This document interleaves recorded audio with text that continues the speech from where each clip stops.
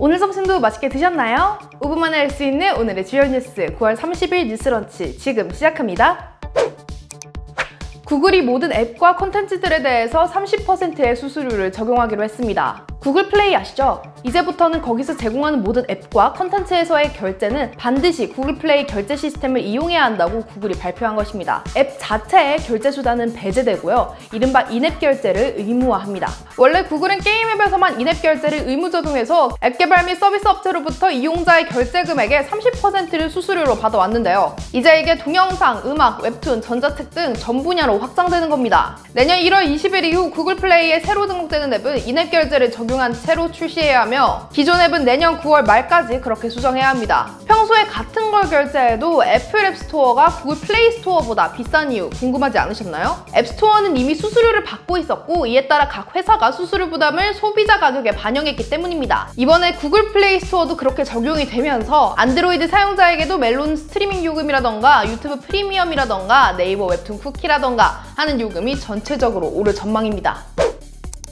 개천절에는 광복절과 달리 집회가 전면 금지됩니다. 보수단체 새로운 한국을 위한 국민운동은 개천절 오후에 여의도에서 출발하는 차량 200대 규모의 행진, 일명 드라이브스루 집회를 하겠다고 신고했다가 경찰에 빠꾸를 먹었는데요. 이 처분에 대해 새한국이 행정소송과 집행정지 신청을 한 게 어제 서울행정법원에서 기각되었습니다. 기각된 이유는 차량 집회라 하더라도 준비와 관리 과정에서 코로나19 집단 감염의 가능성을 배제할 수 없고 주최 측에서 방역수칙에 대한 아무런 대책도 내놓지 않았기 때문입니다. 이 재판 전에는 서울 종로경찰서의 5개 집회 금지 처분에 대해 8.15 비대위 사무총장이 제기한 집행정지 신청 역시 기각되었습니다. 따라서 드라이브스루 집회든 일반 집회든 모두 금지하는 경찰의 처분은 그대로 유지됩니다. 코로나 감염 예방 및 확산 방지라는 공익적 필요가 집회의 자유보다 더 크다고 판단한 겁니다. 뒤에 나오는 사진처럼 광화문은 지금 불법 집회 방지를 위한 펜스로 둘러싸여 있습니다.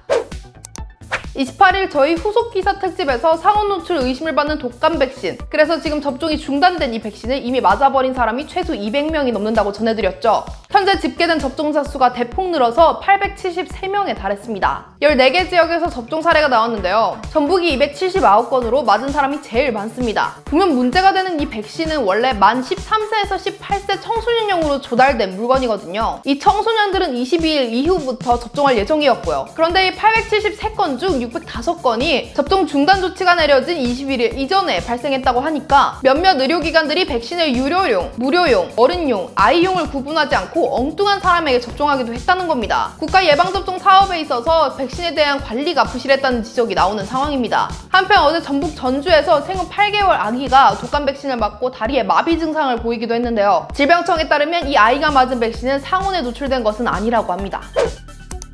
독일 베를린의 한 거리에 평화의 소녀상이 세워졌습니다. 설치 장소는 지하철역 인근에다 음식점과 카페가 많아 지역 주민들이 찾아오기 쉽고 주독 일본 대사관에서 2.8km 떨어진 곳입니다. 시민단체 코리아 협의회가 베를린시를 2년간 꾸준히 설득한 결과입니다. 올해 초 베를린 도시공간문화위원회 등 관계 당국의 심사를 통과했고 지난 7월에 최종 허가를 받아 설치된 것입니다. 또한 코리아 협의회는 인근의 일본 위안부 문제 관련 전시관을 운영 중입니다. 한편 어제 가토 가스노브 일본 관방장관은 베를린 거리에 평화의 소녀상이 세워진 것에 대해 지극히 유감스러운 일이라고 생각한다 라고 밝혔는데요. 소녀상은 일본 정부의 기존 입장과 양립할 수 없으며 소녀상 철거를 위해 계속해서 노력할 것이라고 밝혔습니다. 과거 2017년 독일의 한 소도시에 위치한 옛 나치 강제 수용소 기념관에 10cm 크기의 작은 소녀상이 전시된 적이 있었는데요. 주 독일 일본 대사관 측의 집요한 압박과 항의로 철거되었습니다. 이와 같은 사례는 여태까지 빈번하게 일어났습니다. 역사를 직시하지 못할 거면 최소한 가만히라도 있으시다.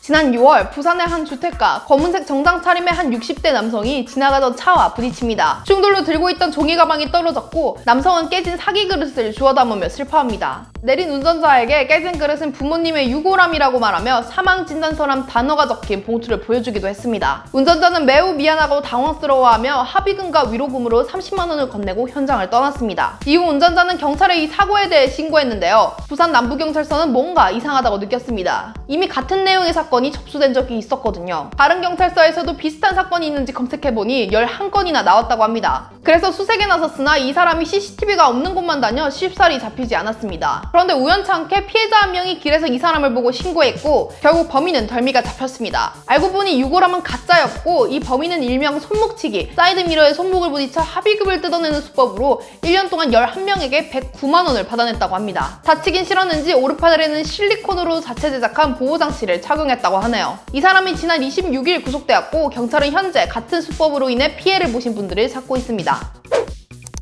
오늘 준비한 소식은 여기까지입니다. 오늘의 뉴스런치가 도움이 되셨다면 구독과 좋아요를 한 번씩 꾹꾹 눌러주시고요. 알림 설정을 누르시면 더 빠르게 뉴스런치를 만나보실 수 있습니다. 그럼 우리는 다음 시간에 만나요. 안녕!